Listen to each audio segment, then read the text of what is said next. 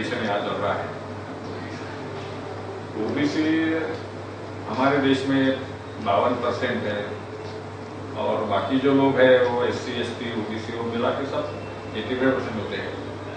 तो इसमें ओबीसी को जो ये करना पड़ता है, ओबीसी का जो मंडल आयोग लागू हुआ 1990 में, तो मंडल आयोग लागू होने के बाद भी अभी तक ओबीसी को कुछ मिला नहीं। ओबीसी को स्कॉलरशिप भी लागू हुई है मगर वो भी पूरी देते नहीं। और ओबीसी ऐसा तबका है जो इस देश का काश्तकार है।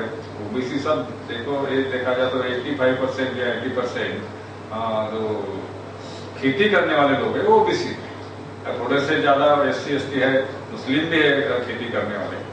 फिर भी जो ओबीसी का जो, और मुस्लिम भी ओबीसी में आते हैं, क्रिश्चियन भी ओबीसी में आते हैं, या जिनको हिंदू कहा जाता है वो भी ओबीसी में आते हैं।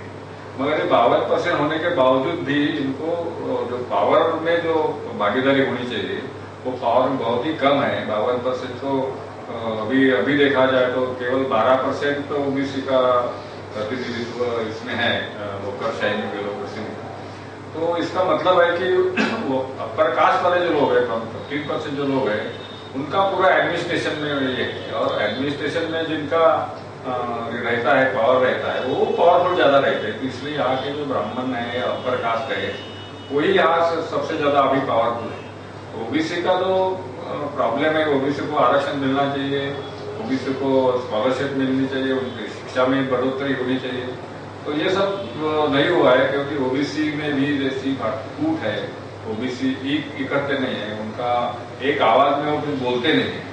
इसलिए ओबीसी का मूवमेंट जो बढ़ना चाहिए था वो नहीं बढ़ा। और वो भी यहाँ की जो व्यवस्था है, पूरे ब्राह्मणवादी शक्ति है, वो सब ओबीसी को दबाने की चेष्टा करते हैं। उनको दबाए रखने की सब प्रकार की उनकी चालबाजी रहती है। तो ये ओबीसी का मूवमेंट अगर आगे जाना है, ओबीसी को पूरा न्याय मिलाने के लिए उनकी जो डिमांड है, अभी तो 52% ओबीसी है, तो उनको 27% या 27% ही आरक्षण लागू किया है। वो भी थियोरेटिकल, कागज पर है, प्रत्यक्ष में वो भी 27 भी नहीं मिलता है। और वैसे स्थिति बाकी लोगों की भी है, मुस्लिम है या बाकी SC ST है, उनका भी कोई एडमिनिस्ट्रेशन में कोई प्रमाण नहीं है, बहुत कम प्रमाण है। तो इनकी भी हालत खराब है। तो इस देश का जो मुख्य सत्ताधारी वर्ग है वो अपर कास्ट वर्ग है, ब्राह्मणवादी है या ब्राह्मण है या फिर बाकी अपर कास्ट वाले लोग, ये सब उनके हाथ में सब यहाँ का एडमिनिस्ट्रेशन है, यहाँ की सत्ता है, यहाँ की व्यवस्था भी है। तो ओबीसी के लिए विचार रखने वाले महाराष्ट्र में जो है, या महात्मा फुले से लेकर शाहू महाराज और डॉक्टर पंजाबराव देशमुख और डॉक्टर अम्बेडकर, ये सब लोगों ने ओबीसी SC ST को ऊंचा उठाने की कोशिश की। मगर यहाँ की ब्राह्मणवादी ताकत इतनी मजबूत है कि वो उनको सब अभी तक आज तक दबाया रखा है। तो ओबीसी का मूवमेंट कुछ मद्रास प्रांत में भी बड़ा मूवमेंट हुआ, मगर वहाँ का जो सामाजिक प्रबोधन था, सामाजिक विचार पेरियर रामास्वामी ने जो दिए है, तो वो उसके कारण वहाँ का पॉलिटिक्स भी बदल गया है। महाराष्ट्र में फुले, अम्बेडकर, शाहू महाराज होने के बावजूद यहाँ की जो, उनको लगता है कि ओबीसी की मूवमेंट अगर बढ़ानी है तो उनकी ओबीसी की विचारों की ताकत बढ़ानी चाहिए।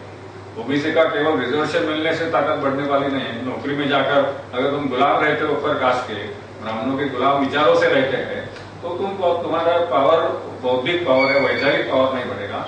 वैचारिक पावर जैसा तमिलनाडु में बढ़ा है, वैसा पावर, वैचारिक ताकत तुम्हारी बढ़नी चाहिए। और उसका डर लगना चाहिए ऊपर वाले को कि ये हमारे चुंगल में नहीं है, ये हमारे गुलाम नहीं है। तो ये गुलामी से बाहर निकलने की भी कोशिश ओबीसी ने करना चाहिए, ऐसा हमें लगता है। और ऐसे अधिवेशन के माध्यम से ओबीसी का जो जागृति है वो बढ़नी चाहिए, स्वाभिमान बढ़ना चाहिए, ऐसा हमें लगता है।